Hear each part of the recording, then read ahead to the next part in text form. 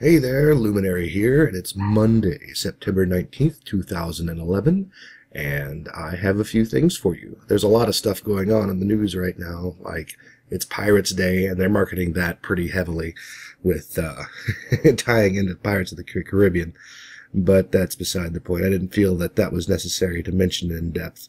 However, there is a free game that's available by Infinite Dreams called Jelly Chronicles, which is a precursor to their game, which is Jelly Defense, which they're going to put on sale and be released, I believe, September 29th, I believe is what the press release said. So that's pretty cool.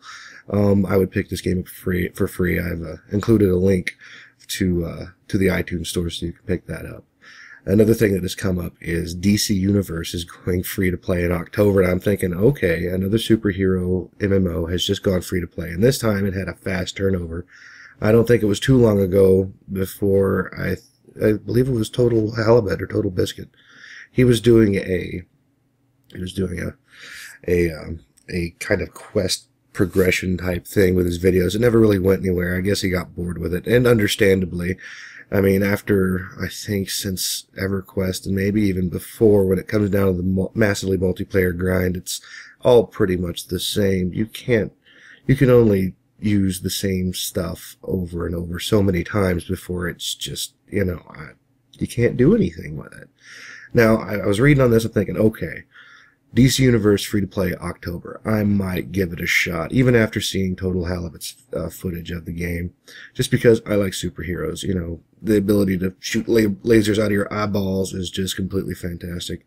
But as I got to look, there's actually 3 different levels of subscription. You have free, which gives you 2 character slots, and you can play the game all the way through, and attend all the raid stuff, which is great.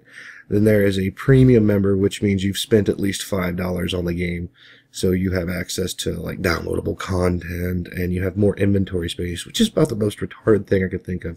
If I pay for the game, I get more inventory space. Okay, and then of course there's Legendary, and that's if you choose to continue to pay $15 a month for a game that's going free to play, which means you're paying $15 for all kinds of people, especially when it goes to free to play. Can you imagine the chaos the servers are going to have? And if we know anything about Sony Online Entertainment, it's not going to go well at all. I'm surprised EverQuest is still up and going as it is. In fact, when I came in today, my little brother was playing EverQuest, and he was sitting there doing a whole lot of nothing, just like I remember doing, late 90s, all the way into about 2004, 2005. But what I find ridiculous is the fact that, okay, you get 15 to 18 character slots, and your entire inventory is open, which means you can carry more stuff.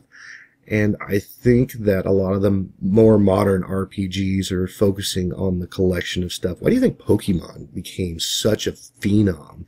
It's because you had to collect them all. That was the thing. You had to collect them. That was the goal of the game. Sure, you could fight them against other people. That was just a side thing in order to get where you need to go. In fact, if you think about World of Warcraft, it's the same thing. It's all about the perps. You gotta have the purples. If you don't have the purples, you're nobody. And that's just the way it is. All MMOs now have become a collection game. Why do you think Farmville was so insanely, successful? Is because you collected stuff to get money. You collected friends to get more space in your farm so you can collect more stuff. The holiday season, oh my gosh, I remember participating in that, and I got like the St. Patty's Day stuff. I've got the Valentine's Day stuff, and I was like, this is great. It's all internal business for these folks, because you can get this stuff. It's all driving its own business from itself. And if people want it bad enough, they'll talk to their friends and say, look, I don't care if you play the game. And that's generally the way it goes, because that's how I'm approached. Even if you don't want to play the game, just sign up and do this, and I will love you forever. You don't have to do anything or trade or anything with the game. And I don't mess around with those games anymore, hardly. I look for a real solid experience. Which reminds me, I think I mentioned Friday that I have a copy. In fact, I have an extra copy of both Darksiders and Mirror's Edge, and I played a bit of those this weekend. just because YouTube was messing up. And I'll get into that here in a few minutes. But I picked those up and I played Darksiders, and Darksiders was something to behold. I mean, it's kind of a mix between God of War and Zelda, because you had these big giant labyrinth type areas, which was just absolutely amazing, especially for standards nowadays in gaming. Now it's pretty much an on-rails experience. Sure, Darksiders was also on rails, but there was so much to do. You had to find the stuff, and there was no real direction to go. I've played it almost to the end. I believe I'm helping Azrael or Azazel, or I forgot the name. He's the keeper of the dead realm, and I've got like one more beam to free him, but whatever. And I decided to pick up Mirror's Edge because Mirror's Edge at its release was really cool in concept, where there was this fluidity of motion as you went through. And I wish more games would use this. And amazingly enough, it's made by DICE, and I think they are using a lot of the same concepts, not necessarily the same technology, for their Battlefield 3 stuff.